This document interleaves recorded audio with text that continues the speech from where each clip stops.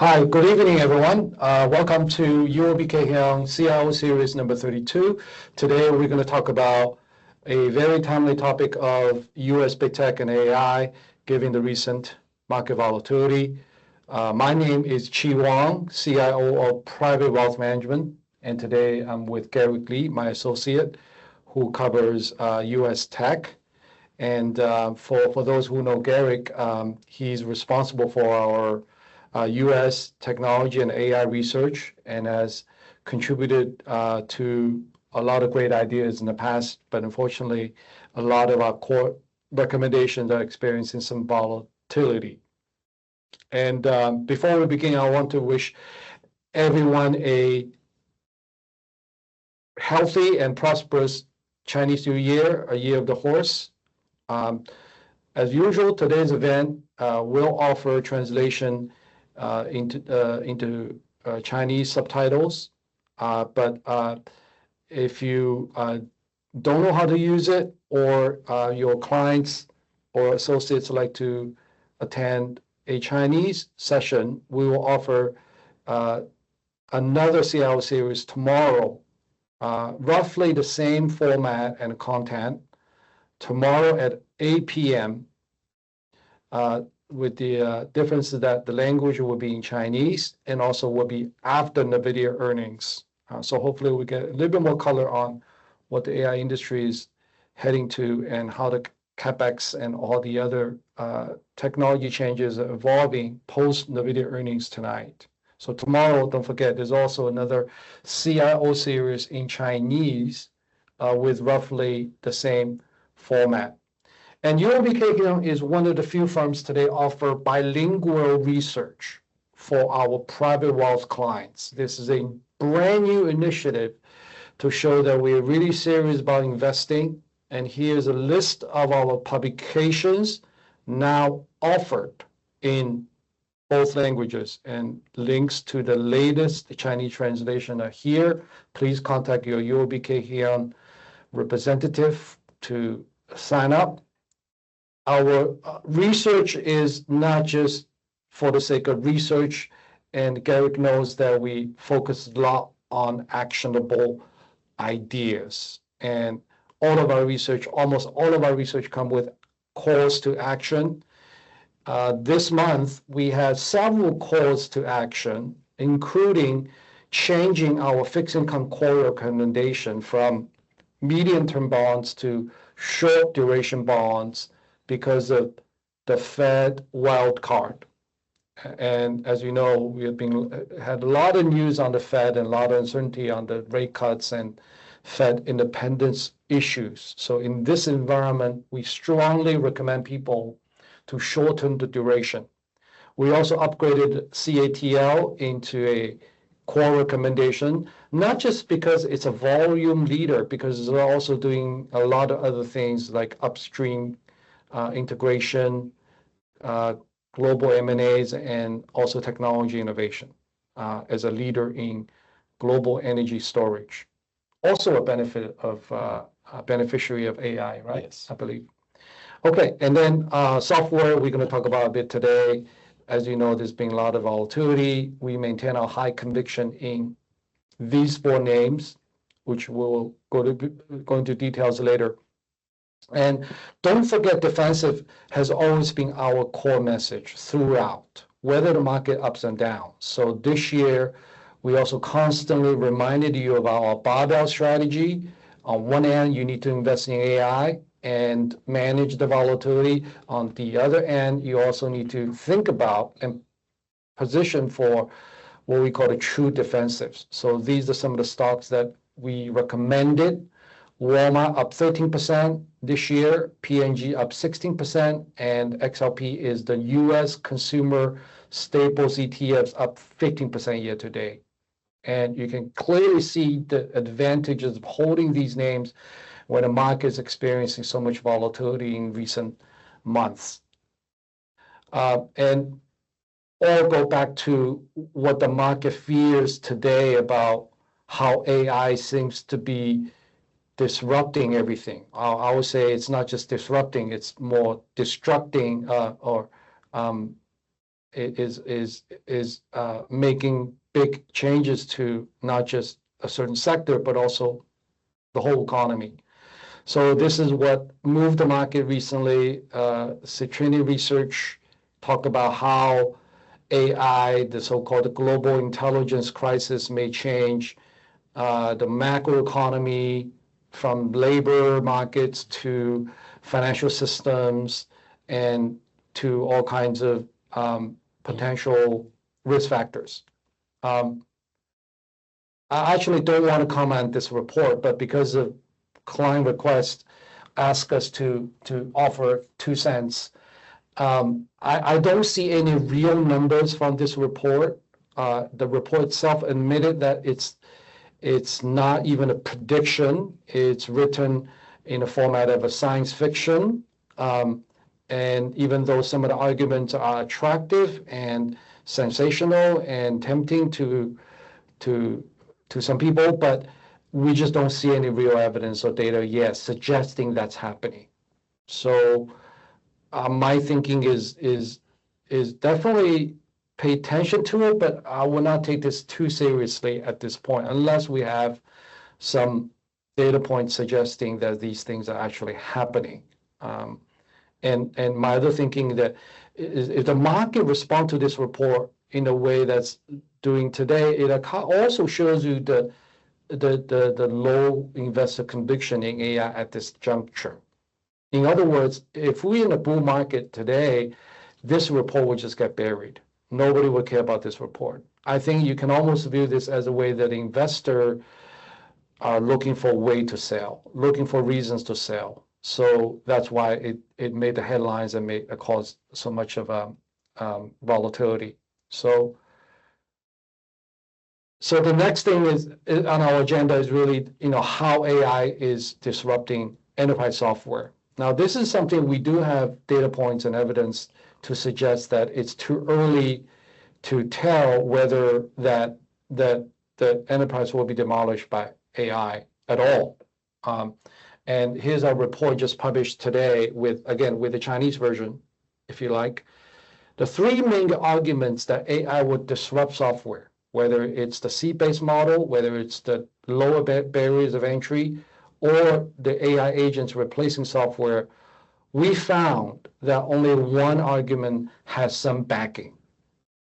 Again, we're analysts. We can't just, watch videos and say whatever the KOL says. We have to look at hard numbers and evidence, see really what's happening with the sector. And the numbers tell us that the software sector is okay so far, even though the stock price has crashed 35%. So more details in the report, please read it. And we maintain high conviction in Microsoft, Broadcom, Snowflake, and App 11. And the end game for AI versus software, I think, is going to be like this. When the market expects that AI agents will completely replace enterprise software, I think the end game will very well be a combination of the two. I'm not sure you agree, Garrick, that's the case. Yeah, I think so. I agree too. And I'll give you one example. One of the very popular AI agents called Manus, right? Yeah. A lot of the AI agents today, actually, they're based on Microsoft Office. Yes. Excel tools or PowerPoints, etc. So they're not bypassing those tools. They're really leveraging these tools. And the other day, I heard one of our peers in the industry are using AI agents to read email, right? So they're not really getting rid of emails, but they're just using AI to read those emails and summarize those emails. And those emails, I guarantee, will be on some kind of a productivity suite like Outlook or Lotus Notes. So those software is not going away. It's just that we could expect more integration between the two.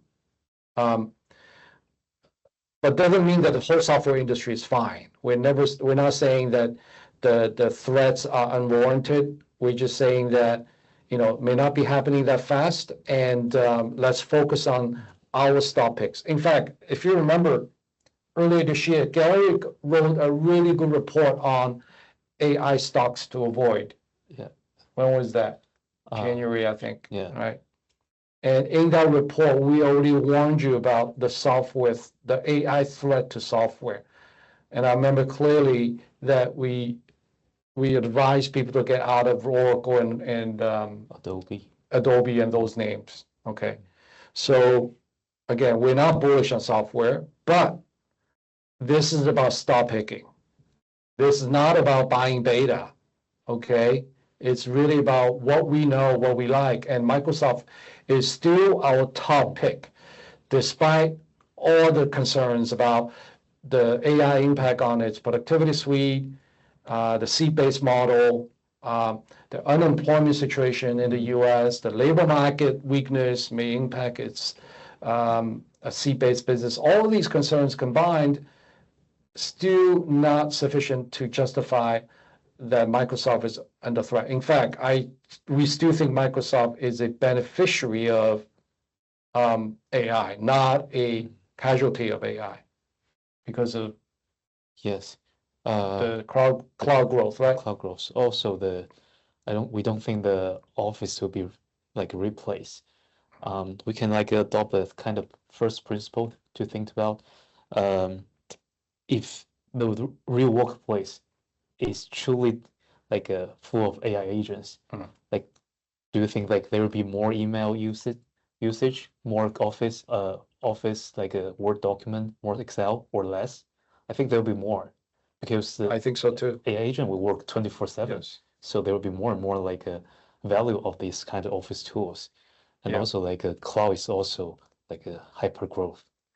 Obviously, the market is not pricing that right now, but like I said, we pay a lot of attention to the numbers. If you look at what Microsoft's earnings, the latest quarterly earnings, the company continued to grow. Like Garrick said, on one hand, the company is benefiting from the AI cloud computing, where Microsoft is #1 in the world.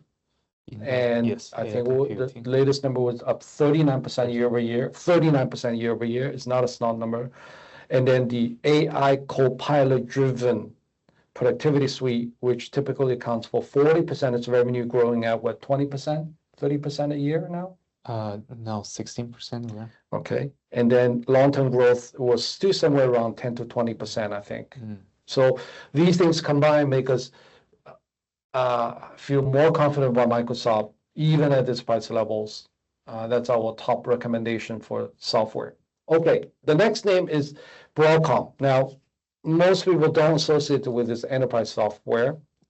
We were also very early thanks to Garrick. In fact, Garrick, I remember this is your first stock pick when you joined us in 2024. It has worked out very well as a AI ASIC semiconductor play, similar to Nvidia, but operating in a different product category. Now, this company bought a enterprise software name called VMware in 2022 or 2023. And that's partly why the stock price has lagged this year, along with the software sector, because Broadcom is not a simple semiconductor stock, right? It has a percentage of the business that come from VMware, which is a enterprise virtualization software with enterprise customers. So tell us about the story and why you think VMware is not a threat, from AI. I think what VMware will do is virtualizations. It's kind of very technical, but put it simple way is when there are more and more AI agents, they're going to use this virtualization technologies, like to separate the hardware and put it into more massive usage. So we think the VMware is not a victim of the AI, but instead it's going to the demand for virtualization is going to explode. But we have to admit there will be more and more competitions, because cloud hyperscalers are also have their own virtualization technologies. There will be competition, we admit, but we cannot overlook that the market is expanding very fast because of AI. Because of AI. So to summarize, Broadcom, on one hand, its semiconductor business is benefiting from AI, the ASICs business. I believe they're a partner with Google And Yes. Google is now The TPU. the number one contender seems to be for NVIDIA. And on the other hand, the enterprise software business is also benefiting from virtualization trend within the AI space. When you run AI models in an enterprise environment, you need a private and secured environment, and that's exactly what VMware offers. It has what, 30% market share? Yes. But it's already the number one player. Already number one. Yeah. So again, pounding on the table on Broadcom. I hardly see any company in the AI space is number one in two different fields, one in ASIC, the other in virtualization. Yeah, and also networking. And also networking, sorry, I underestimated. 3 areas, number one in networking. All 3 business on fire and driven by AI. So whatever the recent correction and weakness, I think the market may have underestimated its potential. And we can talk about its numbers after we discuss NVIDIA, which is tonight. Broadcom's going to report on March 4th. March 4th, okay. Next week. Snowflake, the challenge is getting harder and harder because each stock we go, the technical details become more difficult to explain. Tell us about Snowflake. What does it do, and why is it critical to AI, and why is it not a casualty of the AI revolution?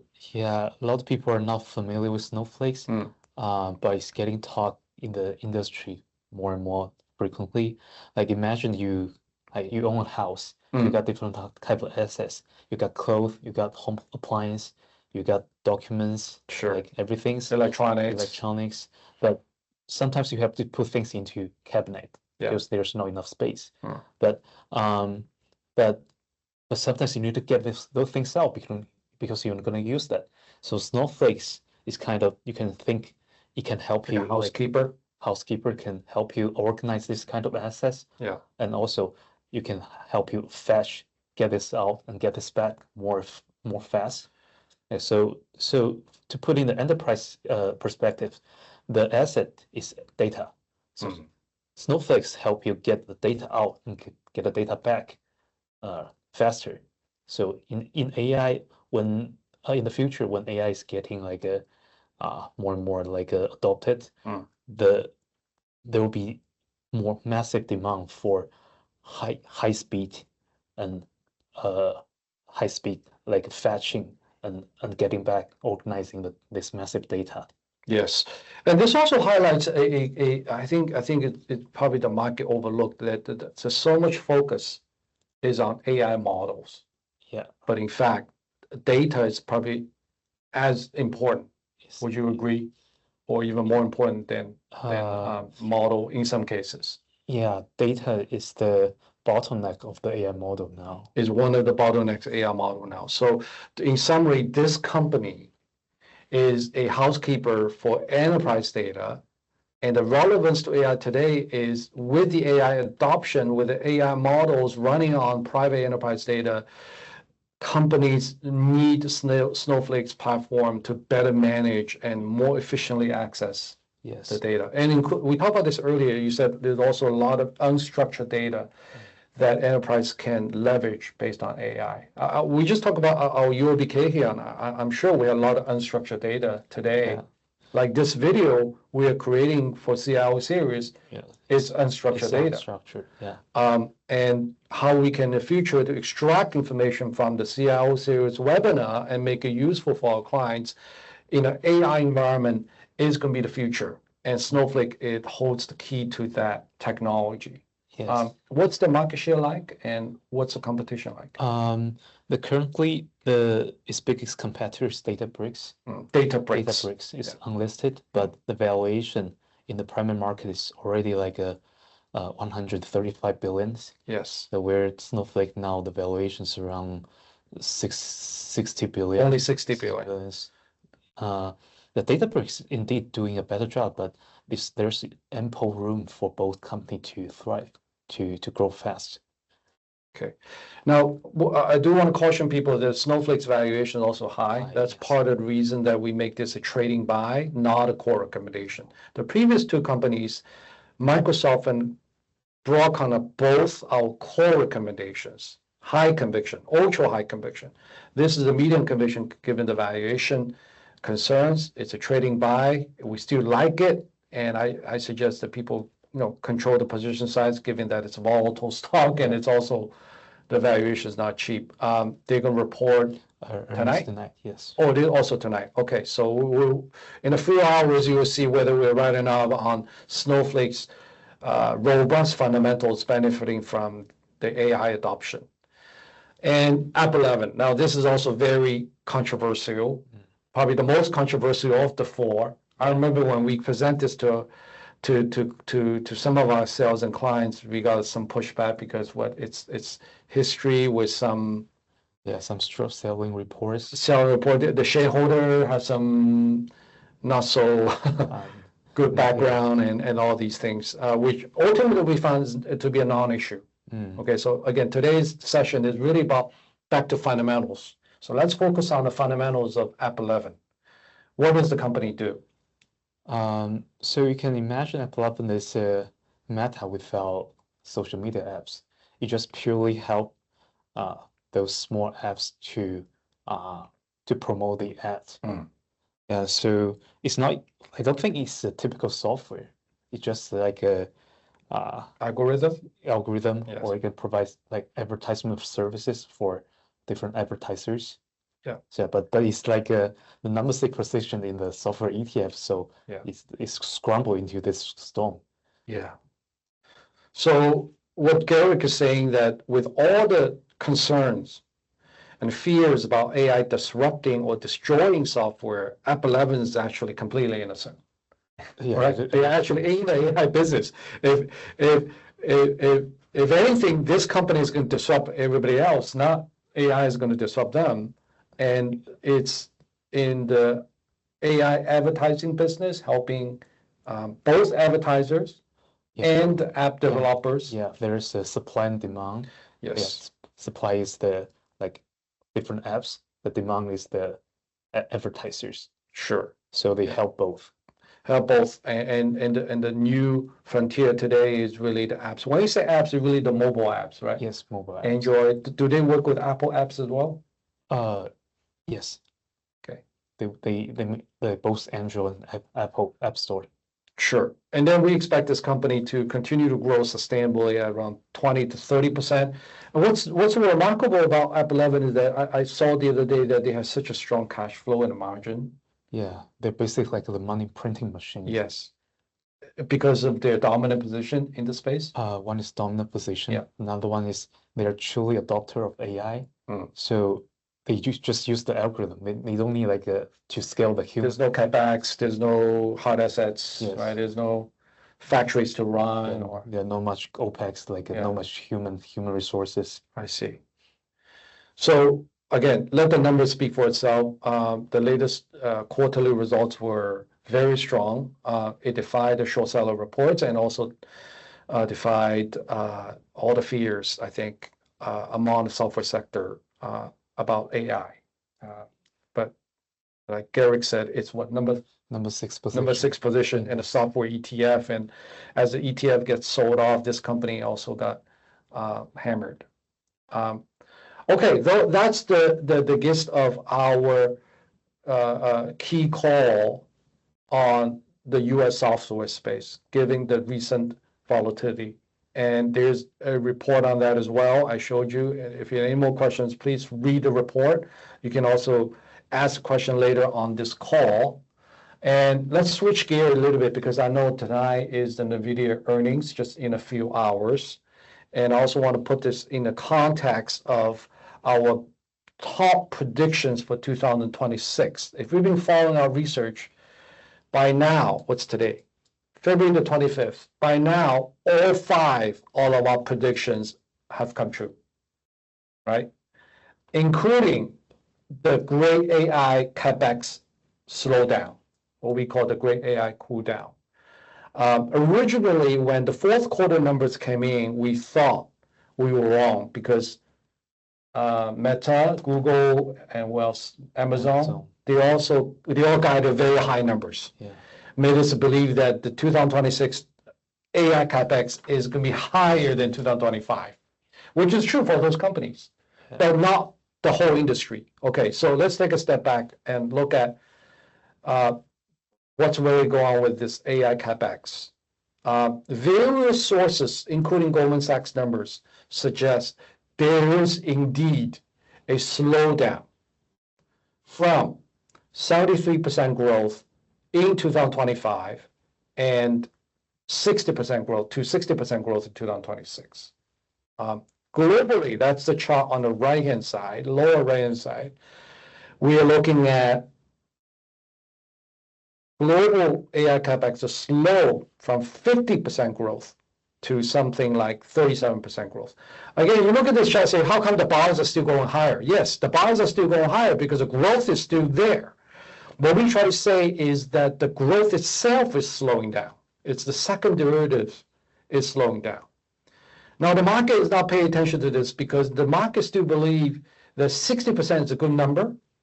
And we also cannot argue with that. Yeah. I mean, 60% is definitely a high number. That's true.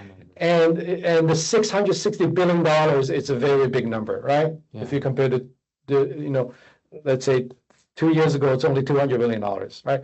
So the absolute numbers are high, but like I said, the relative numbers are coming down, which make us a little bit worried about what if and when the market will start pricing this slower growth. The numbers are there. It's like the software, the threat, AI threat to software, right? Gary, remember when we talk about, when did we first talk about the AI threat to software?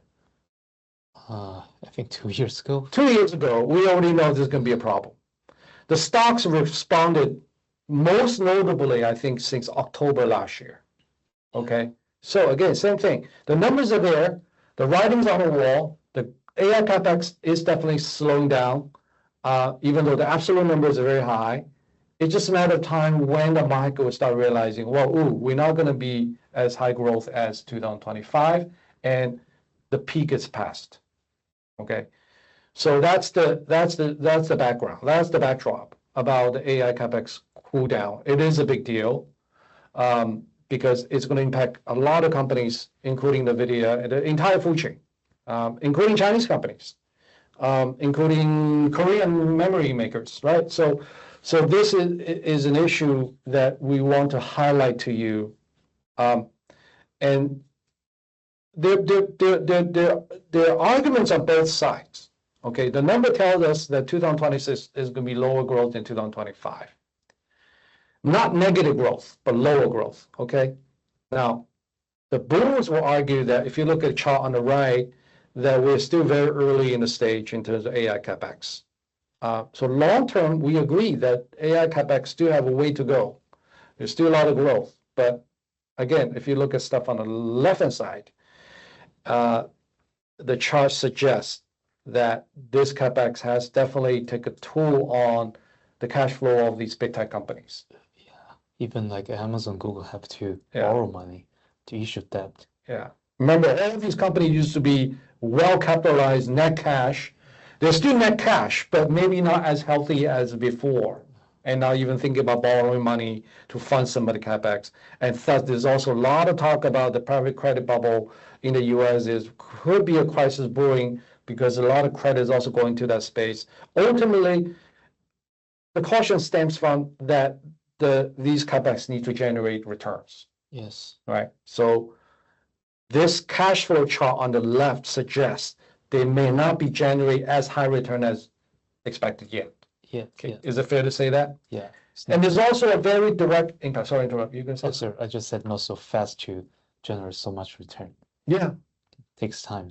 It take time. So again, long term we're bullish. Short term, this is a issue we cannot ignore, which is, I just said, the cash flow issue, the return on investment issue, and number three, it's also very important. Remember, all these companies were buying back their own stocks in a big way. Now, when you see the cash flow suffered because of AI capex, I bet they're going to slow down the buybacks. And this is already evident in the numbers. We can check the numbers year to date, how much stock these companies have bought back. Almost none. So that's a real issue. That's another possible reason that I think all M7 stocks has underperformed the market year to date, if I'm not mistaken. Okay, so we're not just talking about financials here. These numbers have direct implications to the stock price because these companies can't afford to buy back shares as they used to. Okay, so that's the backdrop. And as I said earlier, the reason we planned this call tonight is to try to give you early heads up before NVIDIA earnings tonight. What should we expect, Garrick? I think there are it's a combination of both strong fundamental and weak sentiment. The market weak sentiment is pretty weak, but Nvidia should deliver like good results. But anything could happen under such circumstances. Sure. You said before, guidance is pretty important. Like if Jensen Huang say one word wrong, or give cannot please the market, the share price could go down. Well, having said that, I think NVIDIA still show relative strength year to date. Yes. It just, it just I look at the chart, it's range bound for a while. Yeah, for 6 months. And you could say that, so what Gary said, the weak sentiment, what he meant, I'm not trying to put words in your mouth, but I'm trying to interpret this in my way, which is the weak sentiment may already reflect the slowing capex. Is it possible? Or the peak growth already passed for 2025? Yeah, it's kind of interesting. You see Nvidia valuation only 24 times. It's kind of like for such a high growth company and such a high competitiveness companies, 24 times is a low PE. Yes. So it's kind of surprising like their revenue is peaking this year. Exactly. But if you look at like the memory stocks, optic stocks, and those other subsegment of semiconductor, they're pricing like the capex there will be hyper growth in the next few years, like 2 to 3 years. So there's like they put either way, either the Nvidia is undervalued or those are overvalued. It could be both, or it could be like either one could be wrong. Sure. I look at this 24 times. I mean, it's even cheaper than Walmart. And Walmart has no growth. Yeah. And what's the long-term sustainable growth you expect from NVIDIA? 20%? Should be 15 to 20%. 15-20%. And this year they still expect to grow how much? This year's to 2026, it's 90%. 90% growth, trading at 24 times earnings. So the market is trying to tell us something that the market thinks maybe that, like you said, that the best is over for NVIDIA. Right? Market is playing like this way. Yeah. So going back to our top prediction for 2026, the great AI cool down may have already been started pricing in NVIDIA shares, and that's part of the reason that the stock price is being range bound. Part of the reason that despite the strong fundamentals, the stock is trading at only 24 times price to earnings. So I know it's hard to predict. We know the numbers will be strong, right? Yes. We guessed. I mean, we estimate. We expect. We expect. We don't know for sure. We have no special insight, but investor expectation is still high, and the stock price will mainly depend on the commentary, the qualitative comments, right? Yeah. This is my experience too. Correct me if I'm wrong. This past quarterly earnings is mainly driven on what the market feel about these earnings, not so much about the hard numbers. Am I right? Yeah, especially the commentary into the visibility of next year. Yeah, the tone, right? A certain word they use. I'll give you one example. The Microsoft shares decline, partly, and despite this, Microsoft was a classic beat and raise, right? Yeah. There's almost nothing wrong with the Microsoft fourth quarter numbers. Well, fiscal was a different quarter, but anyway, December quarter numbers. But the stock was still down after earnings because they were simply spending more money. Sorry, they're allocating more their own cloud computing to their own R&D, and the market just didn't like that. One little thing.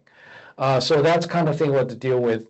Expect more volatility about NVIDIA post earnings, but we still like the company long term or medium to long term, given that it's trading at only 24 times price to earnings. I suspect that 24 times is still highballing because the earnings could be in 2026. Yes. It is still a very powerful company. It is still the #1 GPU. It's a very important company in the whole AI supply chain. And we like it a lot. It's a core recommendation. It's just that we need to prepare for more volatility. And again, whether it's Microsoft or Nvidia or Broadcom, part of our job is to help you develop the conviction to buy on dips. And I would look at it this way. This is probably the only way you can make money sustainably when the market is in down, when the stock is crashing, but the fundamentals are intact. Let me say this one more time. This is probably the only way for an investor to make money AI is to take a non-consensus view, is not to momentum follow those stocks, to buy when the stock is up and sell when the stock is down, is to stay invested and maintain your high conviction. It's not like you buy everything that goes down, you buy the things that you have high conviction in. In this case, our top conviction, right? Microsoft, we talk about. Yeah. Broadcom, Nvidia, and today we did not prepare Amazon or Meta, but they're all on our list of things to buy. And then before we wrap up, let's talk quickly about Broadcom. We talked about Broadcom earlier in the context of enterprise software, but as I mentioned, they're also in the semiconductor business. Yes. When do they report? March 4th. March 4th, they're going to report, so that's next week. What do you expect? I think still a solid quarters, given that the Google's TPU ramp up really fast. The demand the supply still cannot meet the demand, and also they are engaging with different clients. Now almost all the big techs like Tesla, Google, Meta, like almost all the big techs are their clients already. Yeah, all of them. If they, especially Google. Yeah. If they want the best ASIC, the Broadcom, they must go. Yes. Good call on that. I remember that you were the first to tell me about this 2 years ago, when nobody even know about their AI ASICs being made and used. Okay, let's stop here and take any questions you may have. And before we take the Q&A, I just want to show to you that almost everything we talked about today is in this report. I'm not sure you can see my screen, right?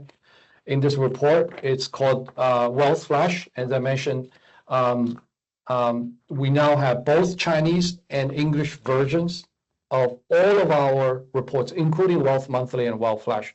Wealth Flash is a special piece where we talk about either breaking events or news, or really thought-provoking, thought leadership, or really deep fundamental stuff. In this case, I think this AI versus software debate fits perfectly into this breaking, hot topic kind of thing, and also has a long-term impact as well. So we went into pretty details into this topic in this report, and I highly recommend you to read it.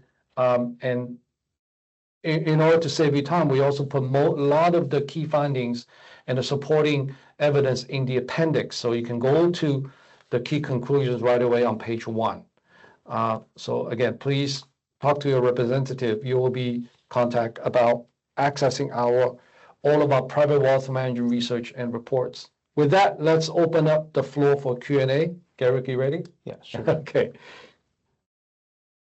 If you have any questions, please use the question window. There should be a Q&A window on your screen. Please click on it and enter the questions so we can read it out and answer them for you.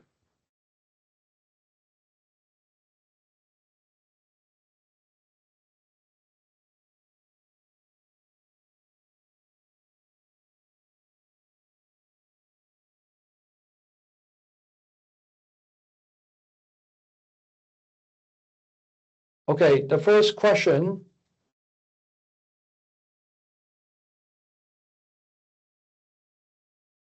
See, give me 1 second to tee up.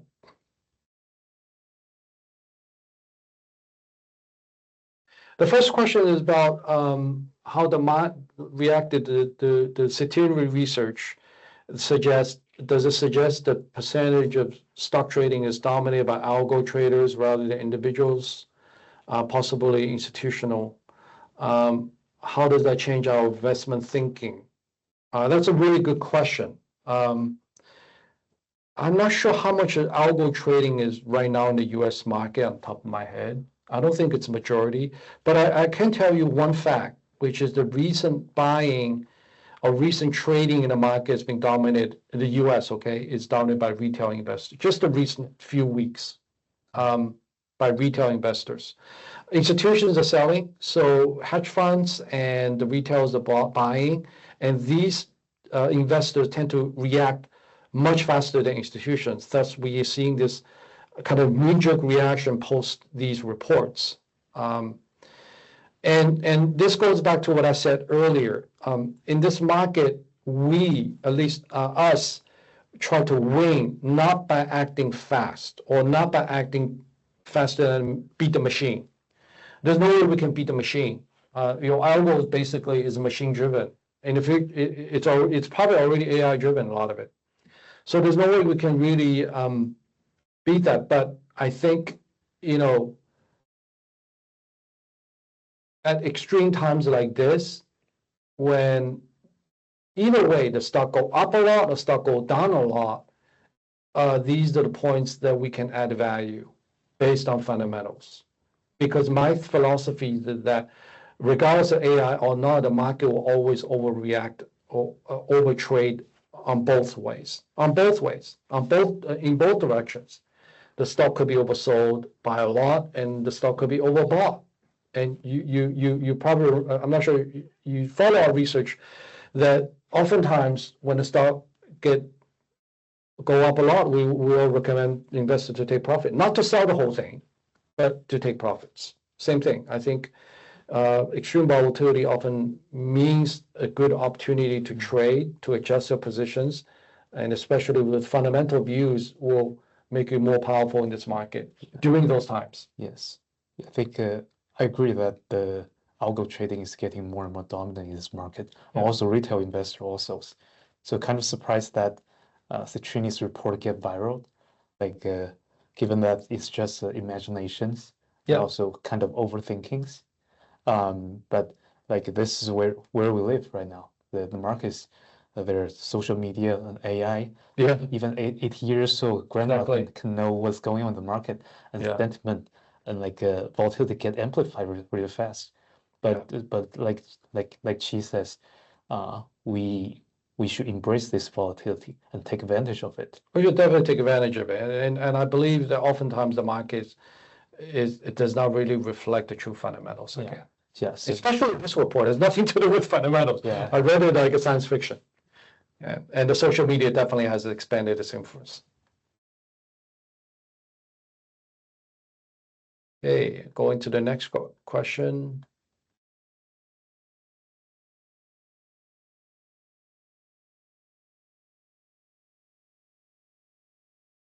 Yes, if you want to subscribe to our report, if you're a client of ours, please contact either our customer service.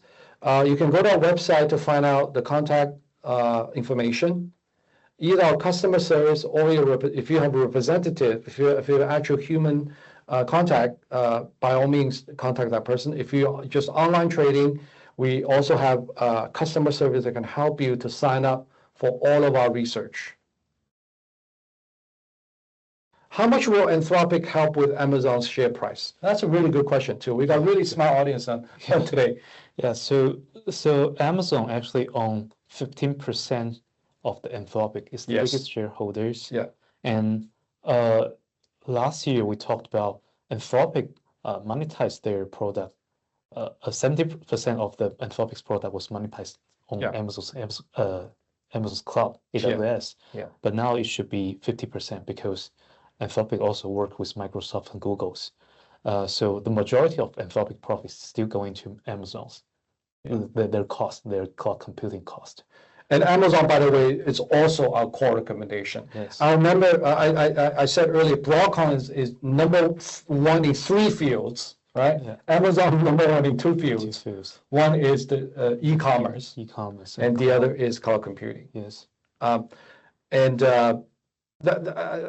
to expand a little bit on Amazon. So what's your view on it? I mean, do you think the market has properly accounted for the Anthropic premium within Amazon's ecosystem?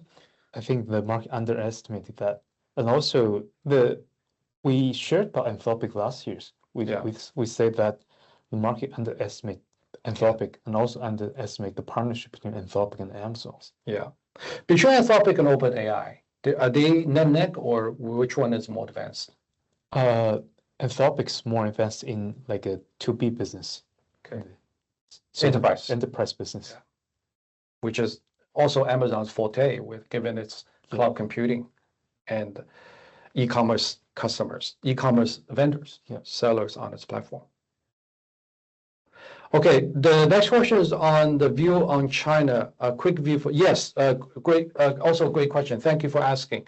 So let me go back to our top predictions for 2026.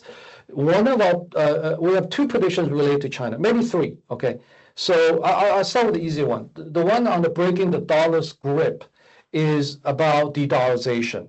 We have dedicated at least 3 CIO series explaining why de-dollarization is happening, what is de-dollarization, how to benefit from it, and what are the calls to action. So please look up our YouTube vision, the Wealth Vision, to find out. So de-dollarization benefits from China in many ways. One of the beneficiaries is also the RMB. Remember last year we talked about RMB appreciation. Nobody believed in us. People say, oh, you have a weak economy. You have all these trade wars, tariff wars. No way RMB is going to appreciate. And we've been right. RMB has appreciated a lot since the second half of last year because of de-dollarization. So RMB is rapidly emerging as an alternative currency. It's nowhere competitive to the US dollar, but it is going to be one of the global currencies, a small one, that is going to take small shares from the US dollar. Any small share from the US dollar, it is a big deal for the RMB, okay, because the US dollar is so dominant. So that's good for China's liquidity, that's good for China's sentiment.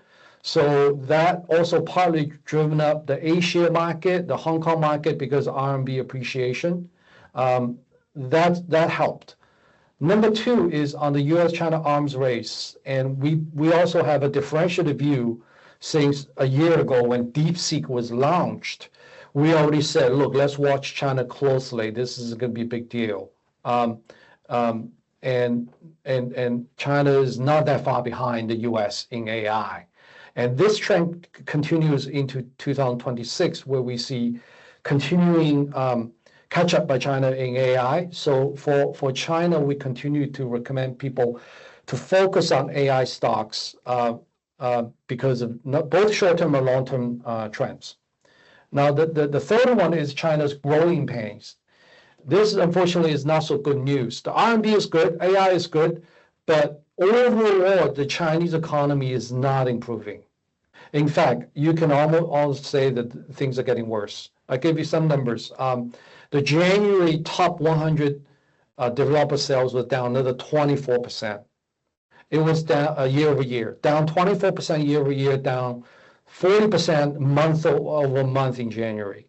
And now we are in a vacuum because the Chinese New Year, we're not getting too many macro numbers. But based on the limited macro numbers for the past 3 months, China's economy is weakening. AI is doing well, RMB is doing well, but the economy is not going anywhere. That is our main concern for the China market. What that means is that without sufficient improvement in real estate, without a real improvement in consumer confidence and consumption and CPI, China's economy will continue to suffer, which also means the stock market upside will be capped. okay? So AI is great, but even by government stats, the high-tech portion of China accounts for only 0.4% of China's GDP, 0.4% growth, okay? Where China is growing at around 4% real GDP growth, nominal GDP growth, sorry, 4% nominal GDP growth. So you can see the AI contribution is still very small. You still need the consumption, the real estate, the industrial, all the other traditional industry to catch up, and they're not catching up. So that is our concern for China. You have positive, the negatives, and the macro definitely on the negative side. We are cautiously optimistic on China.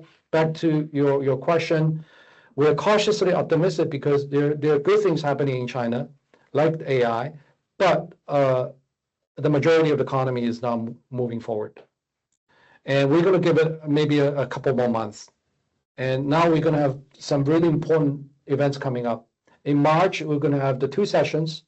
Let's watch that closely if China has any major policies for real estate, major policies for stimulating the consumption. I doubt it, but let's just give the benefit of the doubt and see whether China will give a big stimulus this year. The other thing to watch is the March macro data. Like I said, because of the Chinese New Year, we're not getting much data until next month. So if there's no policy and there's no major macro improvement, we will very well turn negative on China very quickly. But like I said, for now, let's give us a few more weeks, giving the strong liquidity, strong RMB, and also the AI growth. Conviction tech buy in China, Hong Kong. Yes, our top conviction should be Tencent. Tencent, Alibaba, and there's another company, you can say it's China, you can say it's Taiwan, TSMC. We classify in the Greater China. And there's also a GD, which we recently upgraded to a core recommendation. Now, GD is not a typical AI company, but it's a leader, GD Auto. Yeah, and also CATL. Yeah, and also CATL. So those 2 companies are typically viewed as industrials, manufacturers, and they're in the electric vehicle supply chain. Yes. But there's a significant AI story, right? In GD's case, they're rapidly catching up in terms of driverless technology, and they position themselves as a smart vehicle play, the smart vehicle technologies. And then in CATL's case, because of the dominant position in power batteries, in energy storage, they also benefit from the AI data center play. Because as you know, the energy now is a big bottleneck in AI. Michael Berry on his big shorts on Nvidia and Palentium. That's also a very interesting question. Yeah, Michael bearish on Palentium majorly because valuation is mind-blowing, actually. We're also bearish on Palentium. In fact, Palentium is one of the stocks we recommend to avoid in 2000. Remember that? Because, yeah, right. Because of high valuation. We just couldn't take that valuation. Nothing wrong with the fundamentals, but the valuation is too demanding. Yeah. As for Nvidia, if Michael Berry is truly bearish on Nvidia, he should not short Nvidia. Instead, he should short CoreWeave or Oracle. Yeah. These are the most fragile part of the either circular financing or AI supply chains. I think Michael Berry is maybe right on Palentium because we dislike Palentium as well for the valuation. But with Nvidia, I think he missed the fundamental angle. Fundamentals condition valuation. Yes. And in this case, Nvidia valuation is not that expensive. Yeah. Even if Nvidia is expensive, I mean, it's 90% market share, with 60% gross margin. 75%. No, 75%. 70% gross margin. Sorry, I underestimated. And then you have all these AI growth is happening around the GPU space. So I think the fundamentals angle is important. And like Warren Buffett said, you can never really buy a good company at a cheap valuation. Yes. So Nvidia, if you want to buy Nvidia, there's no way you can I mean, oftentimes you have to suck it up and just buy at a you know, Yeah. 20, 30 times price to earning, which is not that high, by the way. I don't think it's that demanding for a company. But again, a long term, we still like the company, but short term, there's some headwinds, Yes. right? We just talked about earlier the great AI capex cool down. Yeah. With the volatility that we need to figure out a way to manage. That's a risk management question. It's not an investment question. That's a portfolio management question. It's a position sizing question. And a lot of our clients actually use structured products to lock in the downside and upside. So if you're professional investors, that's also a tool available to you to do that. Use derivatives and structured products to capture NVIDIA's growth in a more risk-controlled fashion.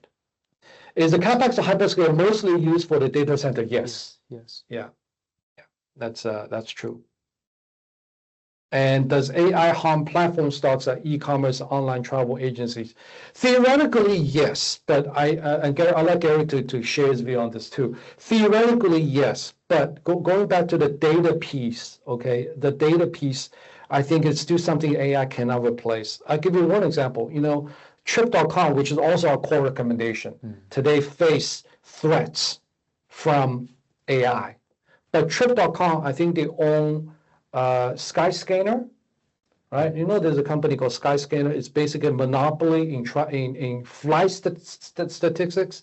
So the flight space, the airline space, it's a very closed circle. The data is not public. And it's almost like a rich boys club when everyone work with each other. So to access that pool of data about the flights, the time, the price, the seats available, all these things, you have to do Skyscanner. You have to go through a very private club to do that. And I don't think AI at this juncture can really capture that information yet. At this moment, not yet. Yeah. The market is worried about this intermediation, like when AI agents become the user interface. Not just e-commerce, yeah. Not just There's like real estate broker, insurance broker, every agency, e-commerce, even people feel that WeChat will get this intermediate. Yeah, that's right. But I think the people like the market some investors are overthinking. They think if AI can shopping on behalf of humans, the e-commerce platform could lose its value. Yeah. But we think that shopping some people still like shopping by themselves. Yes. And some e-commerce still has its value.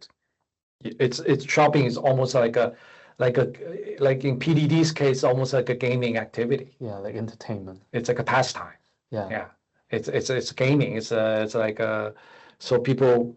It's like if you like drive Ferrari, you're not going to let AI to drive it for you. You want to drive yourself.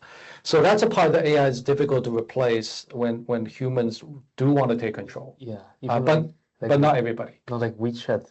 Why would I want the AI to talk for me? Yeah. I want to talk to my family myself. Sure. For the ones you really care about, yes. Yeah. But for the ones that you just want to have a regular conversation, maybe not. Okay, so I think there's still some moats in the services space. Yes. Some of them, again, it's not universal. Some of them may be easily broken down. Yes. But I think, Garrick talked about in some, we know the Trip.com space really well, so I can tell you confidently that the travel data is something that's not public. And it's a lot of private proprietary data that AI cannot access. The next question is on Tesla capex. The Tesla capex is in our numbers here. Let me show you what the Tesla numbers are and why the market have the perception right here on page 27. Tesla is AI capex up 135% year over year. It's a huge number, but off a low base. Okay. Now, if you look at these numbers, except for Apple, everyone else is somewhere in the 40% to 100% range, right? And that gives us the aggregate, the 60% growth. Actually, we just cross-checked this. Remember, Garrick? The 60% range growth is the big tech. Well, big tech is this number, but we have to adding Oracle and CoreWeave and the smaller players. even Alibaba in the global numbers. So that's what it is. So if you look at the headline numbers, the numbers are really high. Tesla is 135%. But if you aggregate everything, it's not 100%. It's definitely not as high as 2025, which may change as the year go. It may go higher and lower. Last quarterly 13F filing, many of the hedge funds are selling out Mag 7 stocks. Your thoughts? Yeah, well, I think it's interesting, but it doesn't, we'll look at the reasons why they want to sell. In fact, again, please read our report if you get a chance. In the appendix, we summarize all the Wall Street views. We shared our view with you, but you can also look at what the Wall Street views is on the software stocks. So we can kind of see why hedge funds don't like Mag 7 stocks, don't like software stocks, don't like Microsoft for reasons in our report. And we have evaluated those reasons, and we just don't think it makes sense.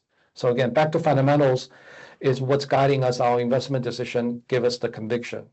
We will look at the peer positions and peer actions like hedge fund trading, but unless they are supported by solid fundamental reasons, we will not take that seriously. Okay, we're 1 minute past, so let's try to answer 3 more questions and maybe we can wrap up. I don't want to keep everyone too long. Companies are supporting Amazon in building its cloud data centers. You mean the supply chain? Oh, supply chains? Yeah. So majorly still like Nvidia? Nvidia is one of them. Nvidia, yeah. And also they got their ASIC, which is Marvell. Not okay. Marvell. Yes. And also the supply chain is quite long, and they have a long list. If he means like which clients their biggest client, this must be Anthropic. Anthropic is not the #1 client. Yeah. Yes. Most of the stock discussed for us is U.S. stocks in AI. What about China company AI? Yeah, we just talked about earlier, our top pick for China AIs, right? The Tencent, Alibaba, TSMC, GD, and CATL. Okay, the last 2 is kind of unconventional. People think they're industrial stocks, really they're AI plays as well. We'll probably, it's hard to say. I would say our conclusion right now on US versus China AI is they both have their own advantages. I think US is really good with core technology and enterprise, versus China would be really good at commercializing and the consumer space. Yeah, I'll give you another example. Back to the internet age, Amazon invented online shopping, e-commerce, and Alibaba was a follower, not a leader. But Alibaba turned profitable 2 years before Amazon. Okay, you can kind of see, right? Technology-wise, US will be upfront, but making money-wise, China may be sooner than the US. Chinese AI stocks such as Minimax and Knowledge are attractive to buy. Any thoughts? No, I don't think so. I don't think so either. This business model is not attractive. And like the recent news is that they're distill the Anthropic's AI model. Yeah. Actually, Chinese are super good at replicate or called reverse engineering, like high-tech stuff. Too good. Too good at. But at the frontier side, they basically achieve nothing. Yes. So if like you look at their IPO prospectus, Anthropic spent the Minimax or like a Zhipu only invest around 3 billions or 30, no more like some several billions into investment into R&Ds. Yes. So you see the big cap, those big tech Tencent, ByteDance all have those cash. They can also spend those money to do the reverse engineering. And if you look at those financials, like I don't remember which one. One is making 1 billion a year. Yes. A loss is 7 billions. So the business model is not attractive to us. Yes, I think there's too much emphasis on the model also. In the future, I don't think there'll be so many models, and those tier 2 models will probably disappear. Yeah, the people are thinking that those develop the most advanced model will come up with the best products. Yeah. Like, yeah. But that's not usually the case. Okay, let's take one last question. There's a question on geopolitics in Taiwan, which we cannot answer. We have no special insight. And this is about the funds flowing to energy and mining, while tech are being sold. In fact, this flowing to the mining has been going on for at least 1 year. Okay, I'm not sure if you pay attention to the copper price, to the gold price, to the silver. So the miners have been doing very well, not just because of the software crash. Even before the software crash, they've been doing extremely well. In fact, in both US and China, materials has been one of the best performing sectors in 2025. Now, energy is different because energy, last year we faced a number of concerns, whether it's tariffs or the economy, and also a competition. But this year, I think the market finally realized, the geopolitical risk is taking its toll on the on energy supply, whether it's Iran or Venezuela. So even if Trump may change his behavior, the market's already decided that the next few years on the world stage will be very volatile and unpredictable, and that's good for energy. And energy is our core recommendation. I do want to spend some time talking about energy here because apart from defensive, apart from the AI plays, we also like energy. We like gold for the same reason. It's a hedge against geopolitical risk. So we will continue to hold things like the XLE, which is the Energy Select ETF. Okay, let's end the call here tonight. And I know a lot of you may still have some questions. Like I said, we are going to have another event tomorrow, but in Chinese. If you understand Chinese, please join us for that event as well. And we'll also be me and Garrick talk about this roughly the same topic, but post Nvidia earnings. And we'll have more color for you on whether it's the AI capex to software to the commercialization of AI, all the technology advancements, including US versus China AI. I'm sure NVIDIA will talk about that as well. And Jensen Huang has been very supportive of Chinese AI growth. Okay, with that, let's end here. The replay of this call will be available on our YouTube Wealth Vision channel. So please subscribe to our channel. Again, please sign up for our reports and read it and let us know if any questions. Thank you everyone for joining. Have a good night.